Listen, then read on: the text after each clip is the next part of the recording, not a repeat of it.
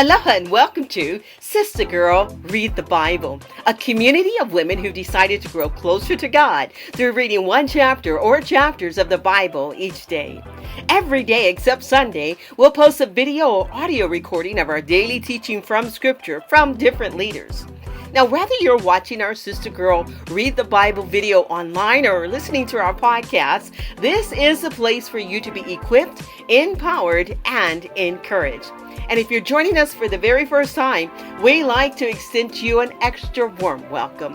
Now we invite you to pull up a chair unless you're already seated and join us as we journey through Scripture. Well, good morning, Sister Girl. Good morning. It is so good to be with you again this morning. Welcome to Sister Girl Read the Bible. If this is your very first time joining us, thank you so much for choosing to be part of a community of women who seek to honor God with our lives and understand the reading of His Word. We're so glad you're here. My name is Arlene Sumter, for those who do not know me, and it's my pleasure and joy to traverse through Scripture with you.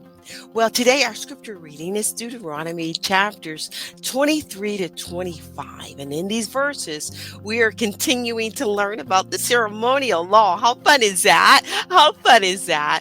Well, chapter 23 tells us about the importance of the Israelites distinguishing themselves. It starts off talking about the eunuchs and Moses is telling the people that they cannot participate in the assembly of worship. It didn't matter if they were born a eunuch or if they made a choice to become a eunuch, and some of them did, to become a servant of great influence. We see this as we read the book of Esther. There were eunuchs that served her.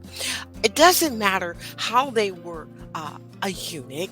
The scripture lets us know that they could not assemble in the house of worship because they were considered incomplete, even blemished, sort of like an animal that's being sacrificed. They had to be spotless. Aren't you so glad for God's grace today? Oh, so glad for His grace that it extended to all people. Moses continues in this chapter to warn the people to keep themselves from evil as they encamp against their enemies. Well, the portion of scripture that I want to focus on this morning is chapter 24, verses 1 to 4. And I got to tell you, Sister Girl, when I read this scripture, I had some kind of attitude about myself. I did. Well, let's go to this teaching.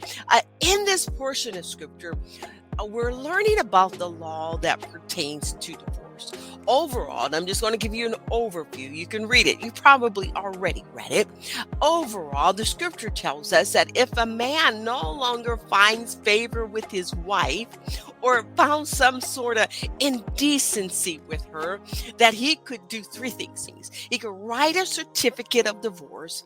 He'll have to put it in her hand. That means that he has to give it to her physically, and then he puts her out the house. He write a certificate of divorce, put it in her hands, and then he puts her out the house. And if she would go and remarry a new husband, and the new husband didn't find favor with her, just like the old husband, or if he found some sort of indecency with her, he could do the exact same thing. He can write a certificate of divorce, put it in her hand, and then put the girlfriend out the house.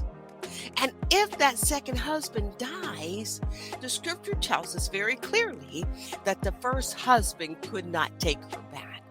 I don't know about you, but when I read this scripture, I'm like, what, Lord? What on earth? Because, I was reading it with my 21st century mindset. And as I read it, I sort of felt some kind of emotion. I sort of felt like this is unfair treatment. I began to ask questions like, well, what about the man?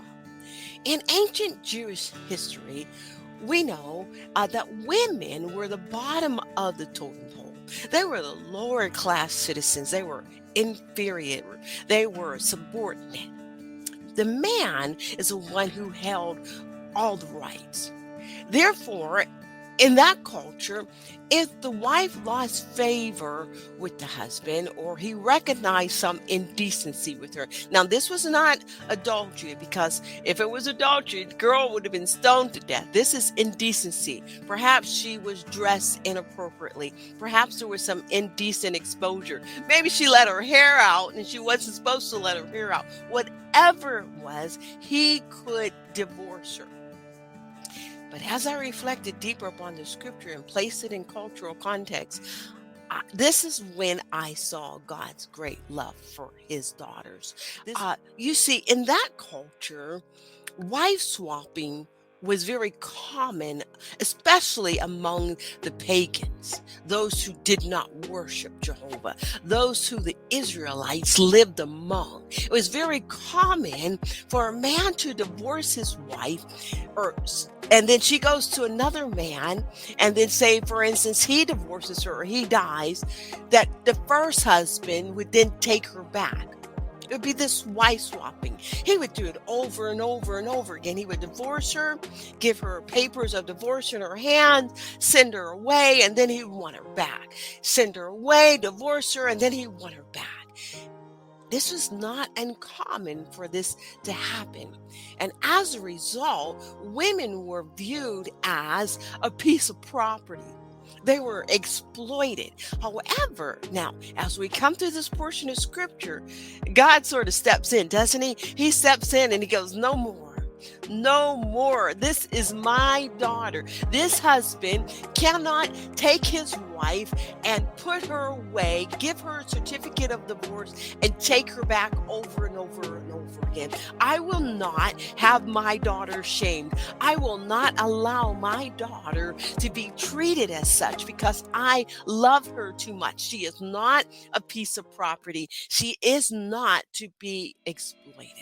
Oh, I tell you, this law, when we look at it with our 21st century mindset, seems pretty harsh.